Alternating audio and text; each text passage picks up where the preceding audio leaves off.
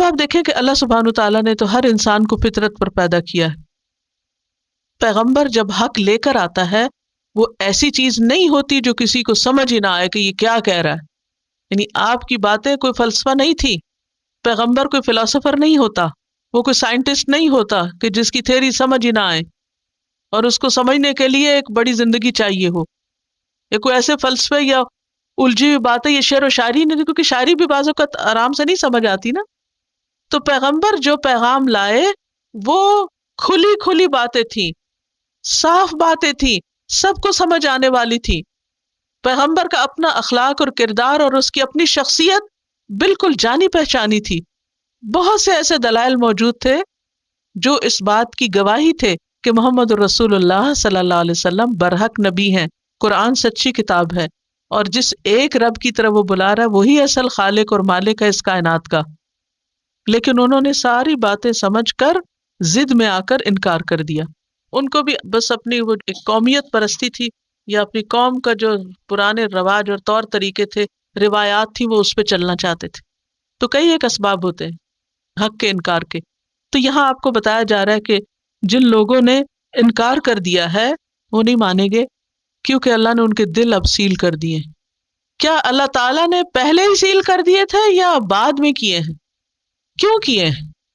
تو بنیادی طور پر ہوا یہ کہ آپ جب کسی چیز سے کام نہ لیں، مثلاً اگر آپ اپنے ہاتھ سے کوئی کام نہ لیں، تو جو لوگ کبھی لکھتے نہیں ہیں ان کے لیے لکھنا مشکل ہوتا ہے، کیونکہ انہوں نے ہاتھ سے کبھی کام ہی نہیں لیا. لیکن جو لوگ کام کرنے والے، مثلا کچھ لوگ آپ دیکھیں اتنی تیزی سے وہ نیٹنگ کر رہے ہوتے ہیں. وہ کیسے کرتے ہیں؟ کام لے لے کے اتنی پریکٹس ہو جاتی ہے کہ وہ بغیر دیکھے کچھ کر رہے ہوتے ہیں. اسی طرح اور بھی سارے سکلز آپ دیکھیے. اسی طرح اگر آپ چلیں نا تو آپ کو چلنا بہت مشکل لگتا ہے، اگر آپ کھائیں نا تو کھانا مشکل لگتا ہے. کوئی بھی جسم کا حصہ اگر آپ استعمال نہ کریں تو کیا ہوتا ہے؟ اس کو زنگ لگ جاتا ہے، وہ کام نہیں کرتا، بیکار ہو جاتا ہے. اسی طرح اگر کوئی دل سے کام نہیں لیتا تو دل کو کیا ہوتا ہے؟ زنگ لگ جاتا ہے، دل سکڑنے لگتا ہے، اور سکڑتے سکڑتے سکڑتے اس کے اندر پھر سرکولیشن کی کوئی گنجائش ہی نہیں رہتی، بند ہو جاتا ہے، سیل ہو جاتا ہے. قرآن پاک میں اللہ تعالیٰ فرماتے فَلَمَّا زَاغُوا أَزَاغَ اللَّهُ قُلُوبَهُمْ، جب وہ بگڑے اللہ نے بھی ان کے دلوں کو پھر ٹیڑھا کر دیا. جب وہ ٹیڑھے ہوئے تو اللہ نے بھی ٹیڑھا کر دیا. ایک اور جگہ پر آتا ہے فَبِمَا نَقْضِهِمْ مِيثَاقَهُمْ لَعَنَّاهُمْ وَجَعَلْنَا قُلُوبَهُمْ قَاسِيَةً، ان کے عہد توڑنے کی وجہ سے ہم نے ان پہ لعنت کی اور ان کے دلوں کو سخت کر دیا. تو دلوں کی سختی انسان کے گناہوں کی وجہ سے ہوتی ہے. جب انسان مسلسل اللہ کی نافرمانی کرتا رہتا ہے تو پھر اللہ تعالیٰ دل سے صلاحیت چھین لیتا ہے. اور اس کی کیا وجہ ہوتی ہے؟ انسان کی خواہشات ہوتی ہیں. انسان اپنی منمانی کرنا چاہتا ہے، اپنی خواہشات کے مطابق زندگی بسر کرنا چاہتا ہے. اور ایک اور وجہ ہوتی ہے تکبر. تکبر کیا ہوتا ہے؟ خود کو بڑی چیز سمجھتا ہے. وہ کہتے تھے کہ ہم سردار لوگ ہیں، ہم بڑے قبیلوں سے ہیں. محمد صلی اللہ علیہ وسلم جن کے پاس زیادہ دولت نہیں ہے، یہ کیسے پیغمبر بنا لیے گئے؟ یہ چند ایک وجوہات تھی جس کی بنا پر ان کو مشکل ہو گیا تھا حق قبول کرنا. تو ختم اللہ علی قلوبہم. دل کی بات اس لیے کی نا کہ دل ہی خواہشات کا مرکز ہوتے ہیں.